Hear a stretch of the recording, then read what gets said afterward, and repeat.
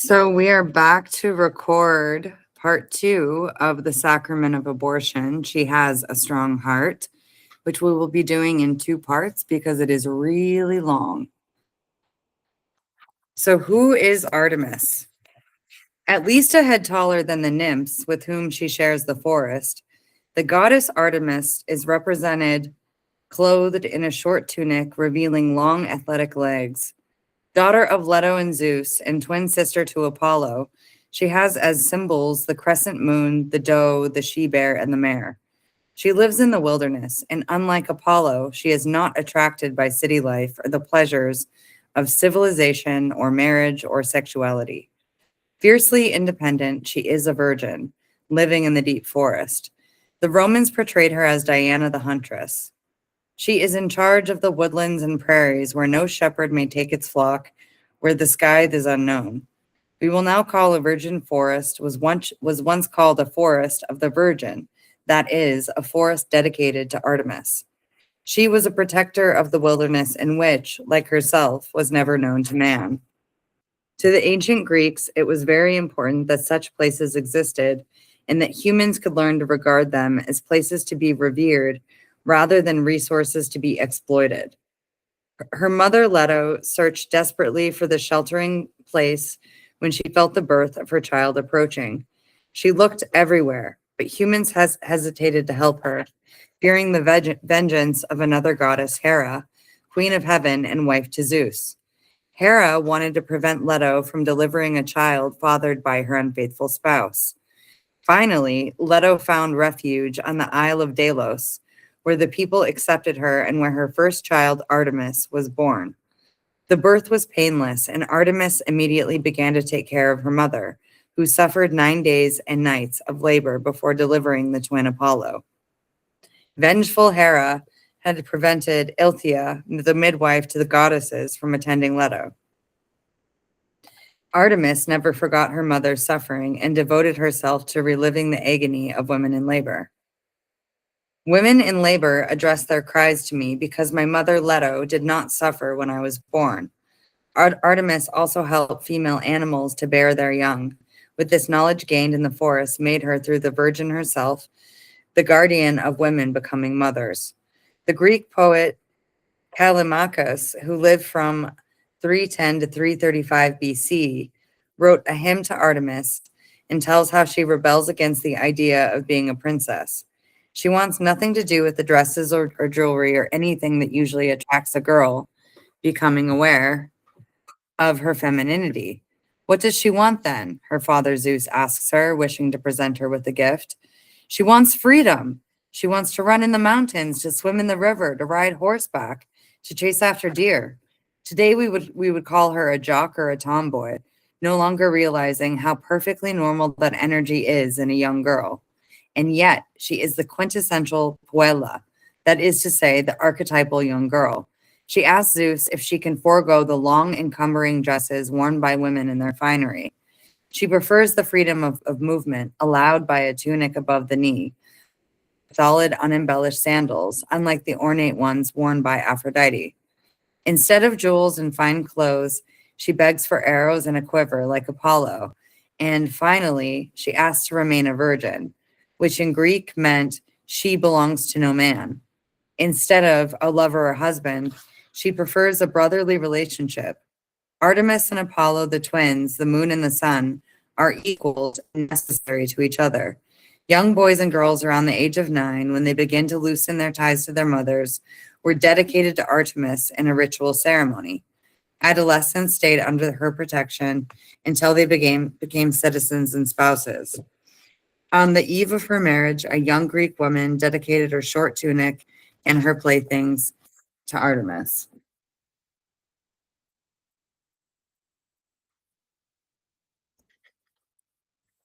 She shoots, she kills. She loves to hunt in the shadows of the mountains and in the wind. On the mountaintops, she loves to take her bow, her solid go bow, stretch it, and shoot off groaning arrows. The peaks of great mountains tremble. The forests in its darkness screams with the clamor of animals, and it's frightening. The whole earth starts shaking, even the seas, the sea life. She has a strong heart. She darts in and out, everywhere, in and out, killing all kinds of animals. The Homeric hymn presents Artemis as an unerring archer and hunter. The hunt requires an alert consciousness, quick and agile reactions, and the capacity to take an animal's life without hesitation, to stave off one's own hunger. The hunter has to predict what an animal's next move may be. A part of his mind belongs to his prey, because in order to outwit him, he must know him intimately. The hunter of antiquity was not engaging in sport. He was feeding his own animal nature, and this in no way contradicted his love for the animal which would nourish him. The paradox of a goddess who hunts the animals which she protects must be seen in this context. To grasp her state of mind, we must realize that she loves the animal she pierces with an arrow. Nature goddesses are sometimes linked to a bucolic sentimentality, the belief in innate goodness championed by 19th century romanticism and seen today in the resurgence of interest in forgotten goddesses. But there is more than one type of nature goddess. If, for example, one seeks the comfort of a mother's chicken soup or apple pie, then it is in the image of Demeter, goddess of tilled fields and maternal generosity, that satisfies, and not Artemis the hunter. The image of an ancient pre-patriarchal matriarchy, snug as grandmother's house, does not jibe with the dark side of Artemis, symbolized by a crescent moon. What does it jibe with another lunar goddess, Hecate the terrible, who is the dark side of the moon, symbol of sorcery and magic? Both Artemis and Hecate, who is always clothed in black, have a harsh edge to them that rules out the pastoral romanticism and balances out the generous side of nourishing goddesses. There is no such thing as a good goddess and a less good one. Each is an aspect of reality, and in every religion that recognizes a maternal deity fostering life, there's a complementary figure standing for death, ending rupture. Mother Nature is both the giver of life and the taker of life, and there is no life without death. It is therefore appropriate to correct the too sweet and tender view of predominantly matriarchal religions by remembering the fearsome aspect to women's fully developed powers. Artemis had a reputation for liking bloody sacrifices, including human ones.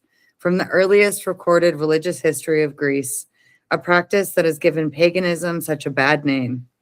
Jews and Christians like to think that it was Jehovah who put an end to it when he restrained Abraham's arm and spared Isaac. But apparently the Jews have kept the tradition of human sacrifice going longer than the Greeks, and furthermore, they forgot to mention that the Greeks didn't have to throw out their goddesses in order to stop this practice. A certain ambiguity has implied that the feminine divinities had to be eliminated to stop the sacrifices. At the end of the 5th century BC, when Euripides wrote his two versions of the Iphigenia myth for the theater, a generation after Aeschylus's version, human sacrifice was already considered a bizarre and barbaric custom, which Greeks of the classic era could not relate to in any way. The story of Artemis claiming Iphigenia as a sacrifice can be told and understood in more than one way. We will consider the two interpretations. In one, Iphigenia is a victim offered in sacrifice on the altar of Artemis. In the other, Iphigenia becomes a heroine and sacrifice takes on a different meaning. Since abortion is a kind of sacrifice, I believe an exploration of this myth may open up fresh avenues of thought.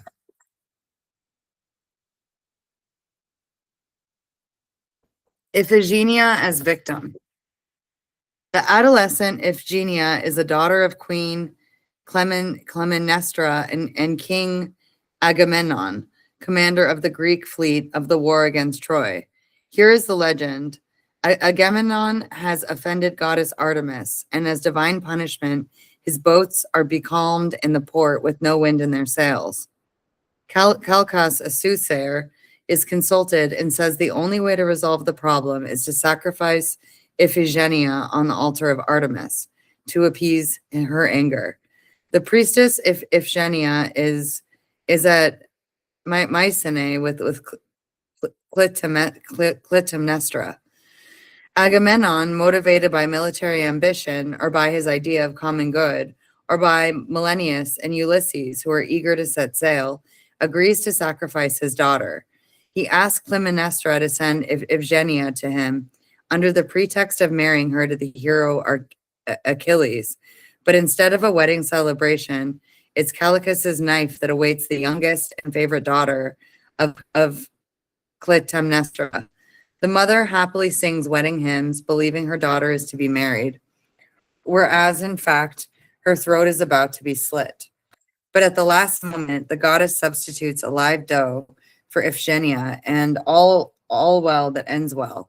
For Artemis carries off to the land of the Taurus and makes her the priestess of the temple. It's likely that Euripides was touched by this legend, in which was already ancient, and he made 2 dramas of it.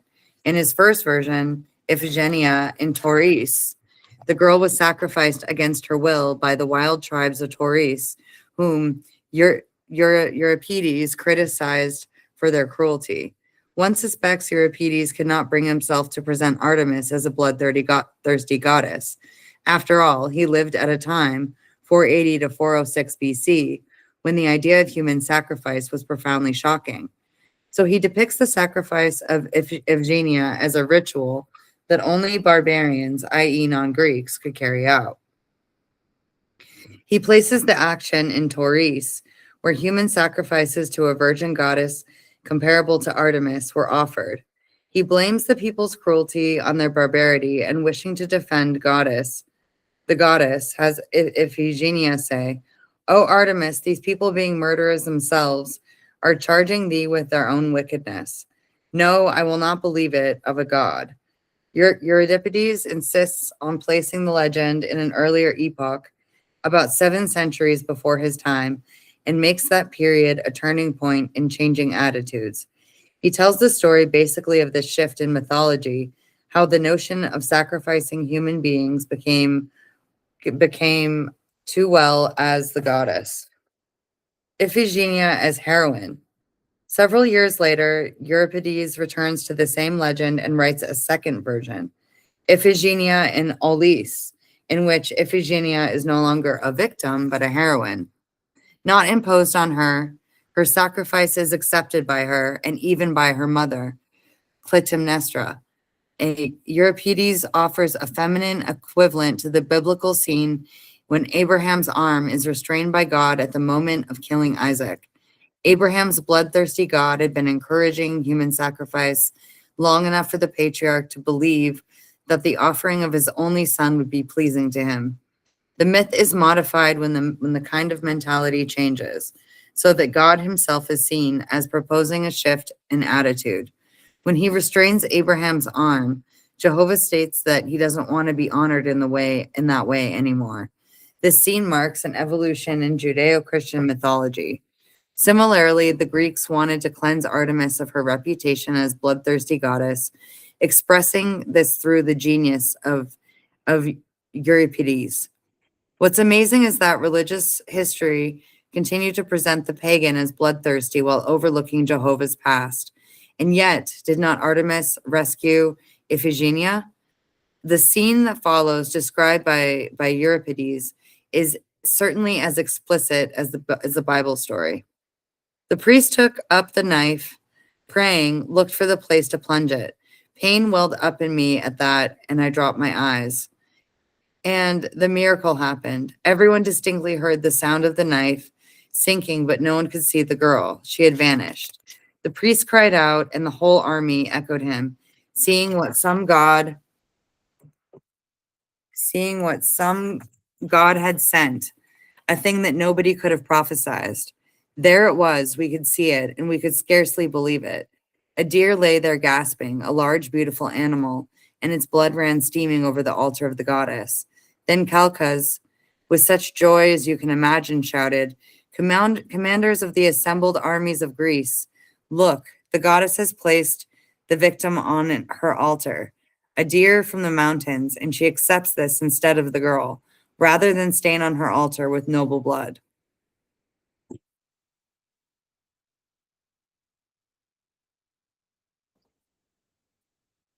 Like any other myth, Iphigenia's death can be interpreted in many ways.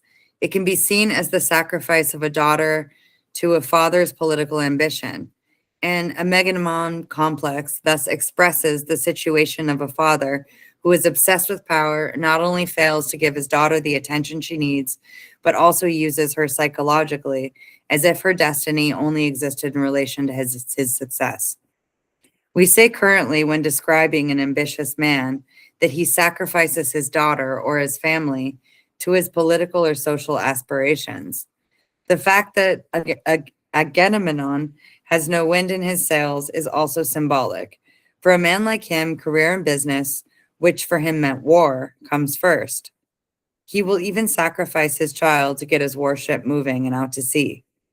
Another interpretation, more historical than psychological, might see this story as marking the point in time when the ancient matriarchal power of the Mediterranean societies lost its authority. Clytemnestra's inability to protect her daughter may be seen as the decline of maternal power in favor of the father. Even when her own child is involved, Clytemnestra cannot, in fact, oppose the decision made by her husband, who is now behaving like a master towards a slave. Iphigenia is Clytemnestra's favorite daughter, a darling child torn from her love. Agamemnon is behaving like the classic dominating husband and father, and it's astonishing to realize to what extent the patriarchal culture that ensued will positively sanction this kind of abusive behavior. Acting on her authority as queen and mother, evoking her cultural background, where women had some power behind their pride, Clytemnestra decides to avenge her daughter's death, as well as the affront of being replaced by Agamemnon's new wife. She kills him, but she is condemned by the morality of the time. The message is clear. A father's power, however unjust or abusive or even fatal, cannot be questioned by any woman, even a queen. And to make the point totally clear, Orestes, Clytemnestra's son, Iphigenia's brother, takes no part in avenging her death or in supporting his mother. He stands on the side of the father. To justify himself, Orestes calls the sexist theory of the time, namely, that a woman is merely the furrow that receives the male seed. A child would not exist without a father. I've therefore decided that the author of my life has more right to my support than the woman who nourishes me, says Orestes before killing his mother. This turning point towards the patriarchal mentality in the classic period will later have full development in Christianity and Judaism, when all the goddesses will have been effectively erased from mythology. Psychology, encouraged by the patriarchal spirit of the Freudian era, built a whole theoretical structure on the unbearable guilt of the son who kills his father, Oedipus, even though the act was unintentional, even though he didn't have the identity of his victim. Completely overlooked is the equally fundamental Orestes complex, where the son destroys his mother, knowing exactly what he is doing, knowing also that the power of the throne will be his. Orestes, lest not forget, inherits political power by eliminating his mother. Several generations of psychologists have focused exclusively on the Oedipus complex, as if the Orestes complex were not every bit as basic. But there's more to the myth than the loss of the feminine authority. Like dreams, myths can be perceived in more than one way, and multiple interpretations may emerge, each one as valid as the next. We can see in this myth the defeat of woman by the patriarchal spirit, or we can look at it from Artemis's point of view and wonder why Iphigenia was offered to her and not some other goddess, even though it may seem a roundabout way to get back to the theme of abortion. Abortion is so broad an issue that many strange roads lead to it. What is human sacrifice? Polytheism was discredited by the image of an innocent child being dragged by evil pagans to an altar to be sacrificed by a cruel female goddess, as if God hadn't also demanded the sacrifice and crucifixion of his only son. The immolation of Christ is always presented as a redemption, but Euripides had made Iphigenia a redeemer of Greece long before the myth of Christ, the Redeemer. He has her say, I shall die, I am resolved, and having fixed my mind, I want to die as well and gloriously, putting away from me whatever is weak and ignoble. Come close to me, mother, and follow my words, and tell me if I speak well. All Greece turns her eyes to me only, great Greece and her might, and through me the sailing of the fleet, and through me the sack and overthrow of Troy. Because of me, never more will barbarians wrong and ravish Greek women. For Euripides, as all of us, the sacrifice of a non-consenting victim is murder. For Aeschylus, the Greek dramatist who presented Euripides by 45 years, it is clear that Agamemnon commits a crime if Iphigenia tries to escape. In his version of the story, Aeschylus has witnesses express horror that the victim is unwilling to die. He shows her with the face gagged to prevent her from cursing her people. The fact that the witnesses are scandalized by her unwillingness to die shows us that the ancient sacrifices, if they were meant to please the gods, had to be voluntary. The Greeks retained a revealing superstition from that. If an animal escaped the priest's knives, it was considered a bad sign and the animal was spared. When human sacrifice was acted out on the stage, the person went willingly to the altar, and it was no longer murder, but more nearly martyrdom. Iphigenia's behavior is thus related to the fact that martyrs and virgins whom Christians love to extol for their courage, since, in fact, we know very little about the era when human sacrifice was supposed to have taken place, it's very possible that the victims approached to the altar like Christian martyrs, ecstatic, ready to meet their death. It's true that the potential martyr is conditioned and manipulated by his or her culture. Clans, families, religious sects, from the Greeks to early Christians right up to the present, always exercise enormous psychological power when they convince their members that their credo is worth more than life itself and that one must die rather than abandon the faith, the cause, the totem, or the flag. Before continuing with the theme of sacrifice, I'd like to clarify a personal matter. Heroic self-sacrifice is hard for me to appreciate because as a child, I rebelled when the nuns suggested that I meditate before a bleeding Sacred Heart or a Christ on the cross, chest pierced through, nails tearing through flesh, forehead crowned with thorns.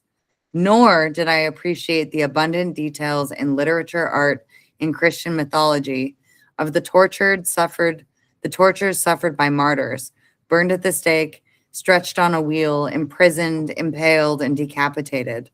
When I began to study the Greek gods and goddesses, their good nature seemed much healthier, up to a point where the character of Artemis made me reconsider the whole question. She is a pagan goddess, and yet she is the personification of absolute values, of purity at any price, a quality that leads inevitably to martyrdom. In this, Artemis is the opposite of beautiful Aphrodite, who is so easygoing, so conciliatory, lending herself to any compromise that allows love and desire to triumph. But in Christian mythology, there is no balance, and the tendency towards sacrifice takes on great emphasis for lack of a counterweight. In polytheistic context, one balances out the other. Artemis balances out Aphrodite.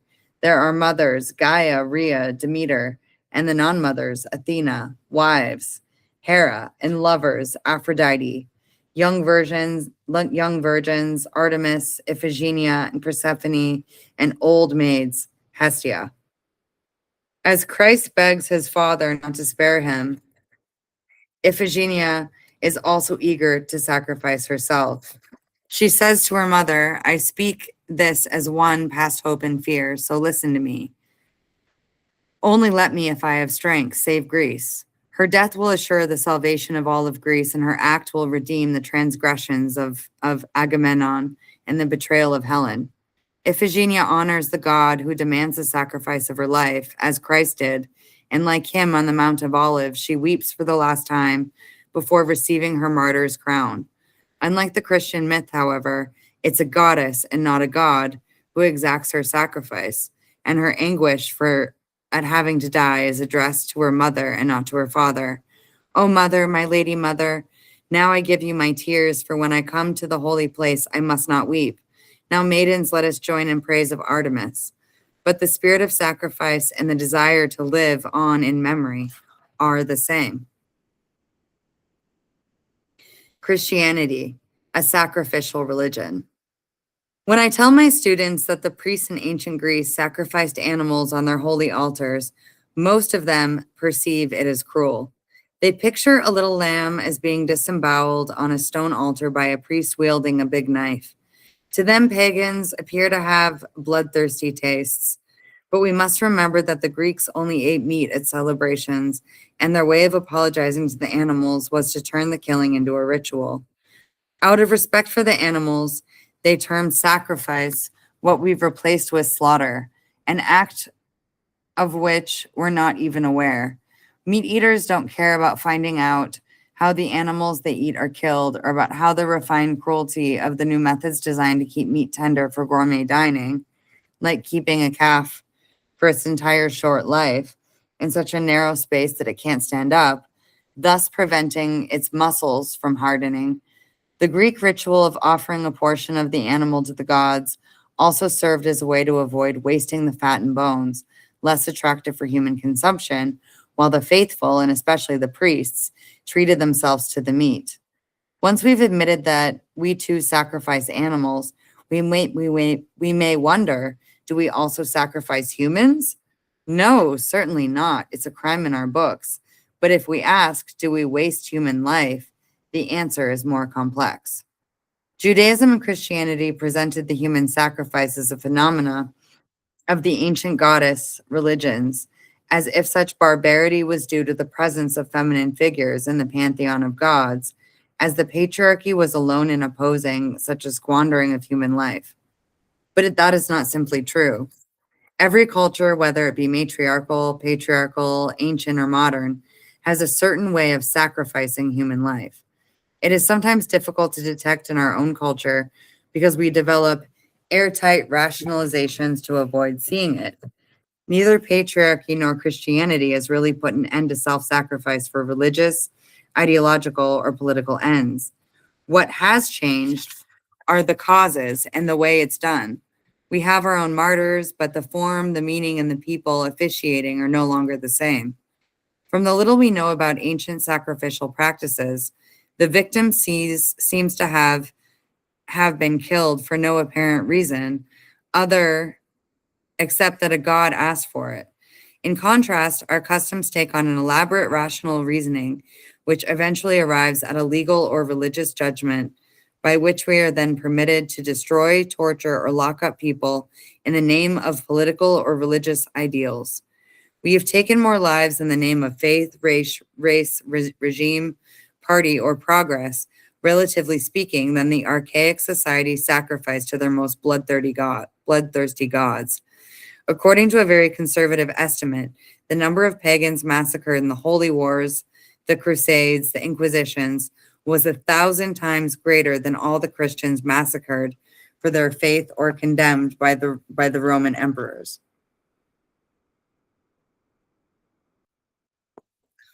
The Béziers massacre in France is a well-known example of the Christian propensity to sacrifice human lives when orthodoxy is threatened.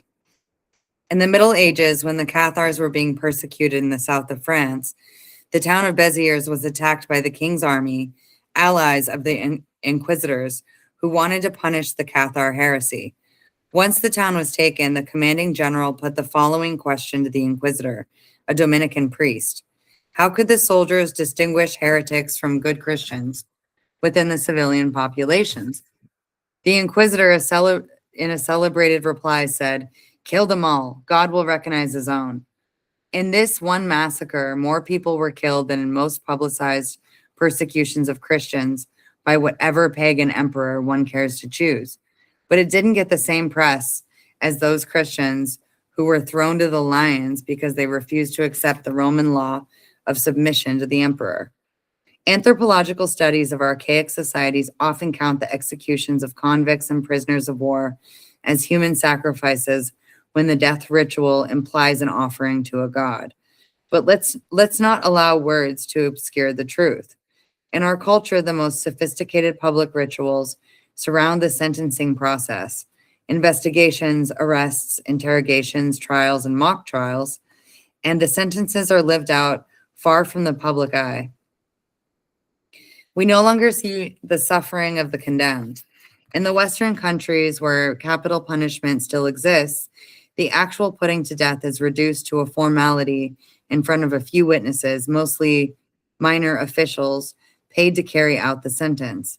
In the archaic societies, the most elaborate rituals attended to the moment of death in a solemn and public ceremony, so that it's our judicial system that is heavily ritualized, not the actual execution of the sentence.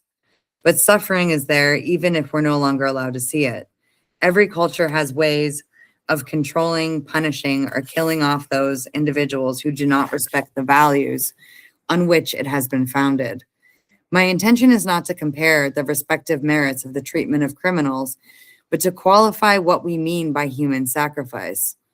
Once that point is made, I want to consider the values that underlie our sentencing procedures, because it seems that we live in a culture that, on the pretext of preserving life, tends to sacrifice mothers.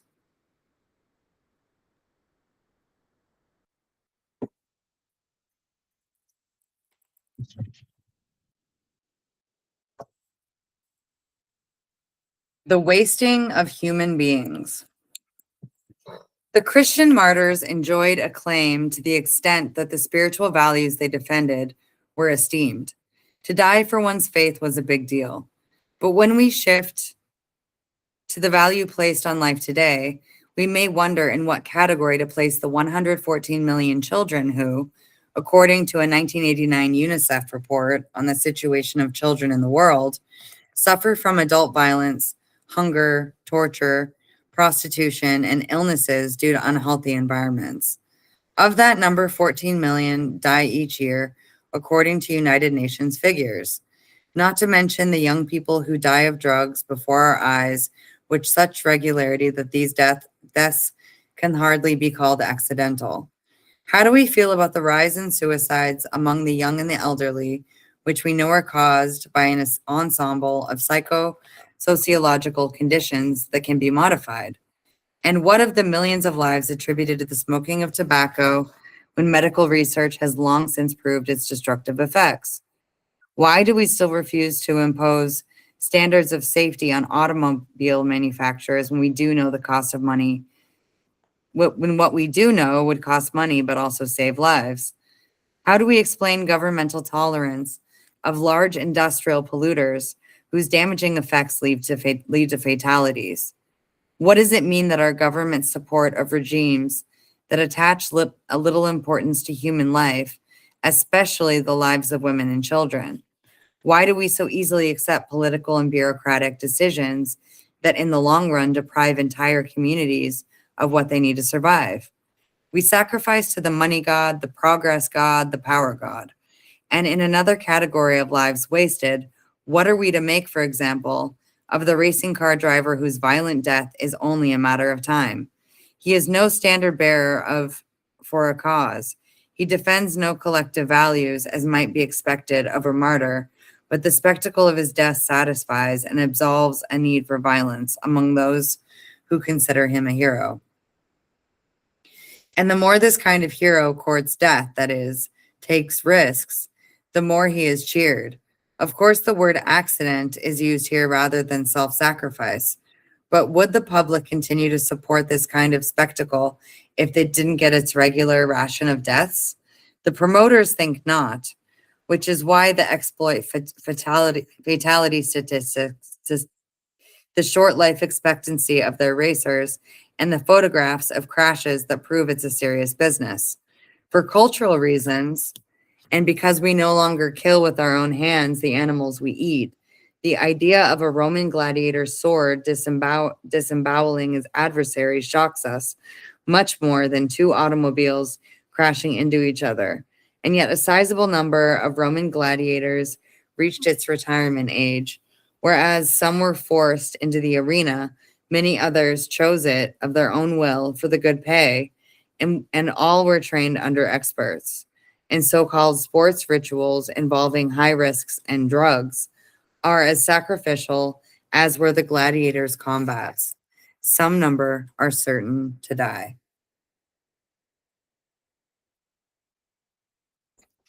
Sometimes death is the best option. We can all imagine a circumstance in which we'd be ready to give our lives for the sake of our child, our family, our freedom, or for a cause that seems more important to us than life itself. Democracy, perhaps, or a racial or sexual equality. The fierceness displayed by Artemis in defending her virginity is symbolic of the fact that certain values must absolutely not be betrayed, or else our soul is violated, our identity is extinguished, and we are haunted by our betrayal. Heroic individuals have appeared regularly throughout history, to the point where we may wonder if heroic self sacrifice is not an integral part of the human condition. Iphigenia, Christ, the Japanese kamikazes, the Buddhist monk setting himself on fire, the political martyr, the Christian martyr, the mother who shields her children with her body, the father who pulls his family from a burning house, all put their lives at risk voluntarily and remind us that some values are worth the sacrifice. Martyrdom, sacrificing for a cause, euthanasia, or heroic suicide that the media are also keen about, all these suggest daily that death, under certain circumstances, may be preferable to life. Abortion always has been and continues to be another way of choosing death over life. Aborting a fetus is not welcome, is simply a shift of emphasis. For Christianity has always been a religion of sacrifice. It has sacrificed the mother rather than the child. Artemis's function is to protect the purity of life. The pagan virgin will not allow life to be diminished, wounded, or degraded in any way. The goddess who has the strength to support women as they give birth does not falter when, with her swift arrow, she provides a quick death.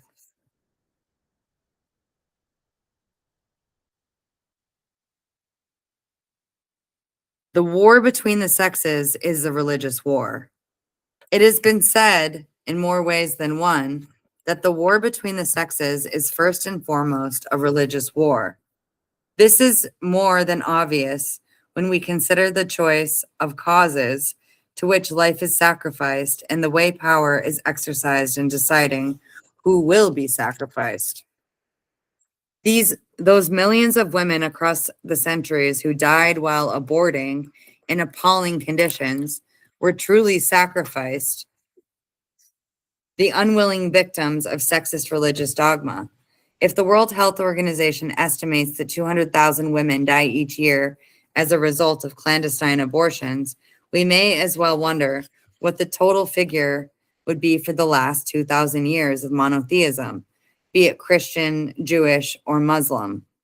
It's such an incredible figure that I get dizzy thinking about it. To the extent that these women did not immolate themselves voluntarily, like a mother intercepting the blows meant for her child, their deaths in the ancient Greek mentality would be closer to murder than to sacrifice.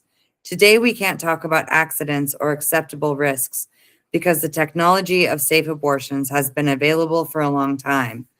It's a matter of a simple and expensive procedure, safer than a vaccination.